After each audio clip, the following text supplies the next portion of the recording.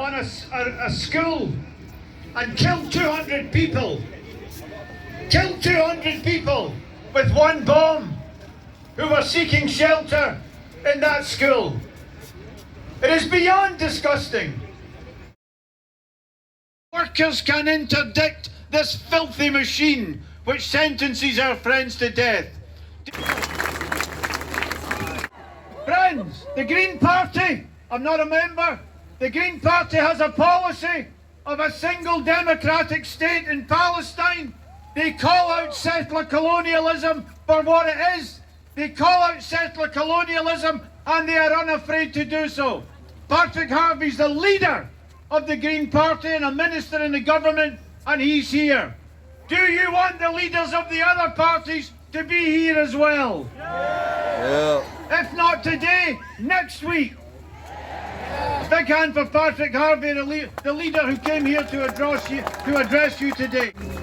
I'm very proud to stand with you all today, but I'm not sure that any speech I make from this platform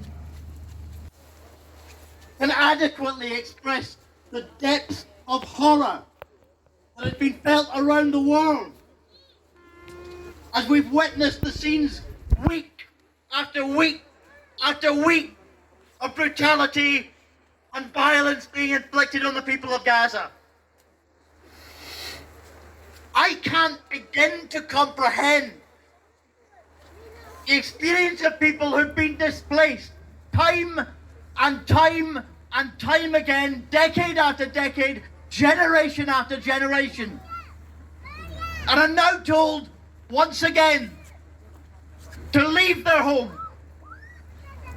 because those homes and those communities are to be obliterated, and people who, as each night falls, don't even know if they'll be there to see the next morning. I can't comprehend that.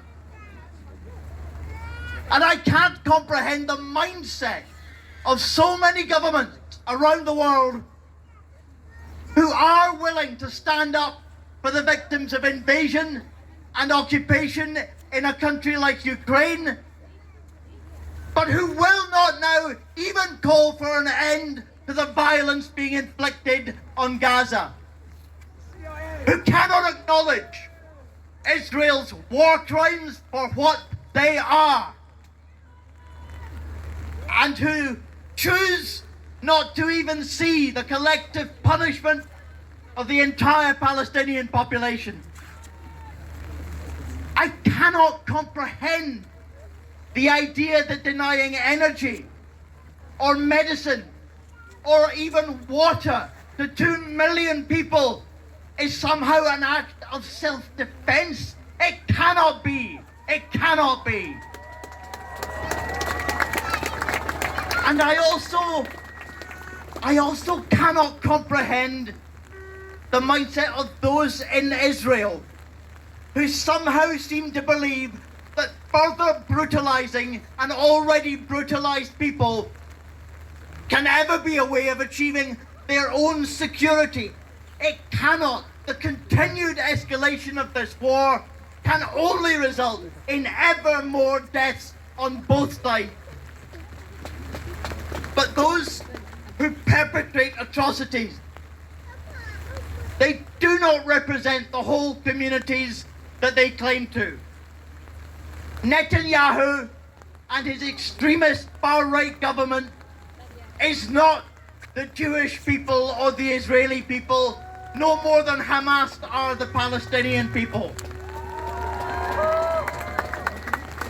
I keep thinking back to when I was a young man around 30 years ago. The world saw a brief moment of hope. Palestinian and Israeli leaders shaking hands on the world stage, recognizing each other's status, sitting down to negotiate a peaceful path to Palestinian statehood. And since those efforts failed, since that path was blocked, an entire generation of Palestinians have grown up who've been given no reason to believe that a peaceful path will ever be permitted. And an entire generation of Israelis have grown up subjected to constant propaganda dehumanizing all Palestinians.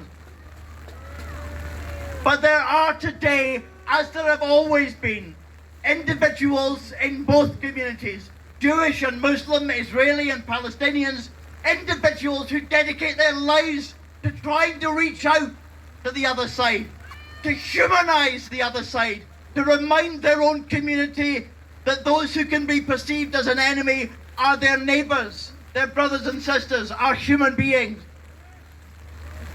Those people do the hard, long work of trying to build a peaceful path. And there have always been those, instead, who seek at every opportunity to dehumanize the other and to escalate this conflict. And the world should be in no doubt that Benjamin Netanyahu is in that latter camp of constantly seeking to dehumanize and escalate conflict. If the Israeli government will not give the Palestinian people a reason to believe that a peaceful path is possible, then the rest of the world must. Opposition to the occupation, to the siege of Gaza, to illegal settlements, to the separation wall and apartheid laws. This is the position of the majority of the international community. And what is missing is the determination to act on that position. Because peace can only come with justice and with a profound correction to the historic injustice of the dispossession, occupation, demonization and brutalization of the Palestinian people. And only with justice for Palestine can a path to peace be found. So let us stand with the peacemakers. Ceasefire now. Ceasefire now! Ceasefire now! Ceasefire now! Ceasefire now! Ceasefire now! Ceasefire now!